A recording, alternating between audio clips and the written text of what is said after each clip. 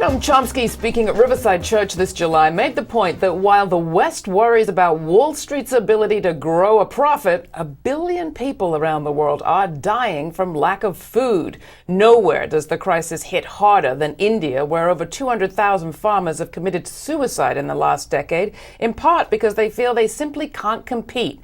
As if the pressure from agribusiness and the global economy wasn't big enough, just this month, the Indian government approved production for the first time of a genetically modified food plant. In this case, the eggplant. Devinder Sharma, the food policy analyst, is the guy who would be weighing in on this in his home country, were he there. He's the author of GATT to WTO, Seeds of Despair, and In the Famine Trap. He also writes a blog called Ground Reality, and I'm very happy to say he's our guest today on Grit TV. Devinder, thanks for coming in.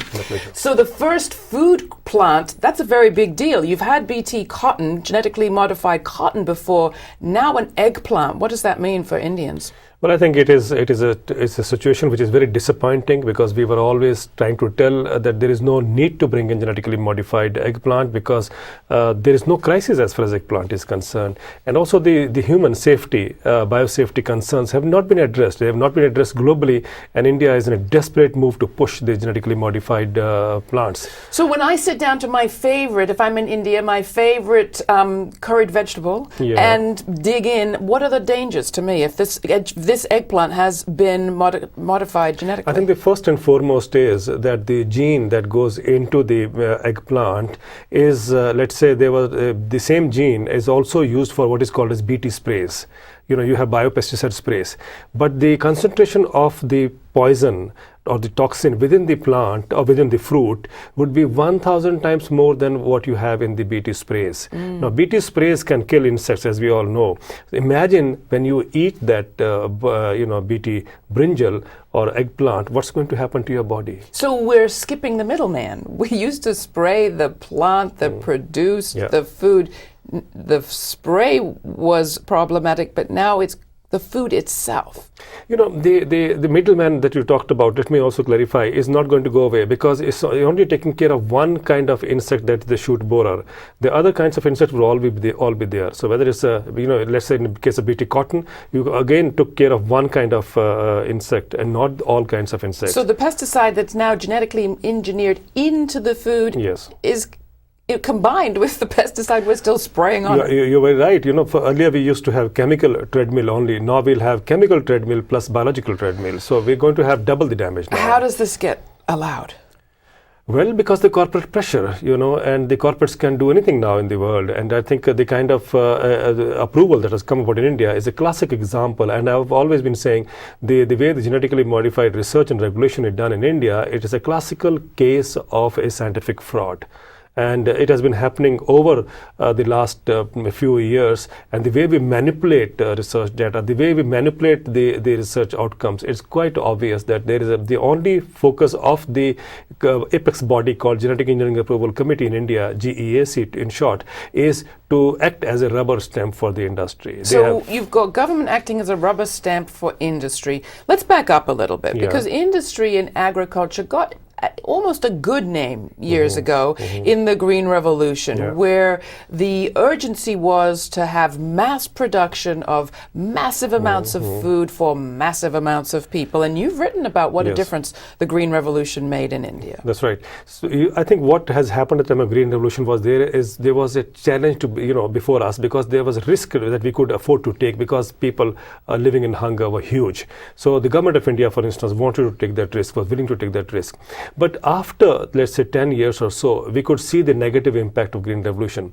But there was a requirement for what is called as midterm correction. We should have gone back to the natural farming system to bring back the soil into fertility levels again, and so on. So before really after the bulldozer of mass production got going, you say we should have stopped for the sake of the soil?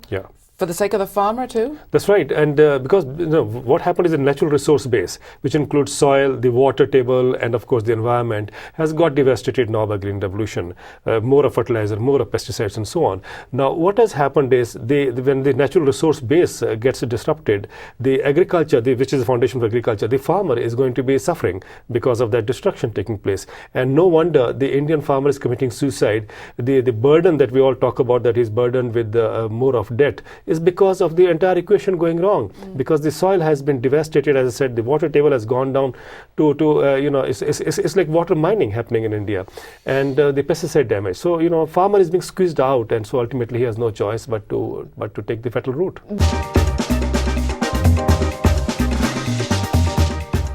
What difference has climate change made? Well, first of all, we need to understand that it was agriculture which has contributed significantly to climate change. And now we are talking about what difference the climate change will make to agriculture. I think that is where we're committing the mistake, because what is coming by way of new technology is actually taking advantage of the climate change way to push in a new technology which will end up doing more damage to agriculture. So the answer to the problem is more of what created the problem. Yes, and nobody wants to look at that. Nobody wants to look at that. Let's talk about whether, or rather how, this genie, maybe it's more of an engine, can be put back in any kind of bottle, because we now have the rubber stamp power that the corporate power that you're talking about having devastating effect at the local level, operating at the global level through the organizations you've written about, WTO and GATT. Well, I think it is very clear. Over the next few years, you will see the WTO joining hands. Of course, this facilitating the process. Then the corporate takeover agriculture is taking place in developing countries. The IFIs, the International Financial Institution, now, of course, the hedge funds, are all moving together. And the idea is that the farmer has to be pushed out of agriculture.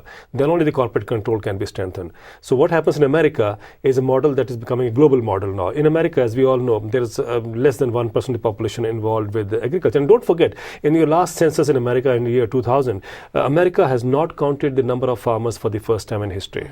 So which means the farmer as a community is becoming extinct in America. Now the same model is being pushed on to India, or where 1/4 of the world's farming community lives in India, 600 million farmers. Now if we were to push out all these farmers, imagine the kind of socio-economic and political crisis that country is going to face. But in this country, the family farmer got squashed because the numbers were already small when mass agriculture and agribusiness got started. With 400,000 farmers in India, how were the family farmers in that country so vulnerable? As 600 million farmers we're talking about, and if you look at the all farmers in India would be family farmers. 80% of farmers have a land holding size of farms have less than 3 acres. You can't even imagine. Ask an American farmer to farm in 3 acres, he would laugh it off. And they have been surviving year after year in this kind of agriculture situation. And these are the farmers who are under threat. When we import cheaper food that WTO facilitates, when we import cheaper subsidized food from this part of the world, we actually are importing unemployment. I'm going to ask you to just back up there, because when you say Indians are importing cheaper subsidized food, we here in this country, it's everybody else subsidizing their food that's the problem.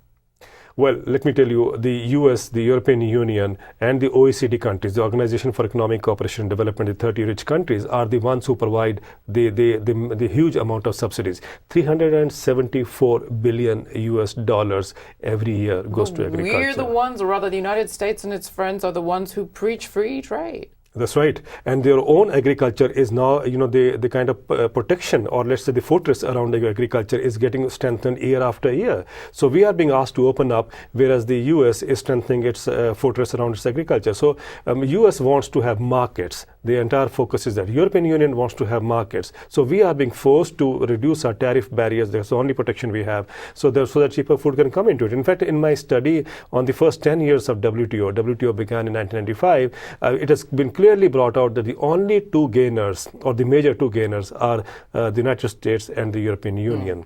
And rest of developing countries are becoming food importing countries. Okay, so that's the bleak side of the picture. If the US is to be a model again for the future, is there also the possibility of a more positive development in American consumers and farmers and people interested in food turning to new models for food development and sustainable local farming as an answer both to the quality of food that they're dealing with, the price, and the global, well, the carbon footprint that accompanies so much of their food? I think it is beginning to happen, and I see a very positive development taking place. In like America, what? Name some. In America, I find we are talking now about local foods.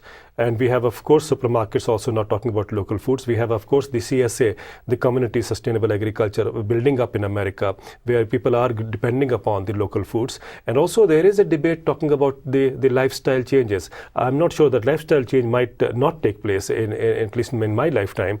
But I guess the pressure of climate change, the pressure of economic meltdown, and the pressure of the food crisis that the world is witnessing might bring a subtle change in the way America does farming and the way America consumerism treats agriculture as. Now, having raised that nice positive point, I'm worried about the negative side of it, which is that you've all taken down your trade barriers and re-engineered your entire market to produce food for export. Yes, right. So if we're eating locally, what does that do to you? Well, that is the bigger question. That's why I always talk about we need to understand how the world is operating, how the food system is operating. In America, we are encouraging more of local food consumption. There is a boom that I see on organic food consumption. In fact, the growth in organic food is the highest so far. I find 20% growth all over the world as far as organic food is concerned, which I think is remarkable. But this is, it's very interesting. You're creating niche markets in a country like India, where you can provide food for the people here, safe food. But as far as we are concerned, we are being made to believe that we can live on cattle feed.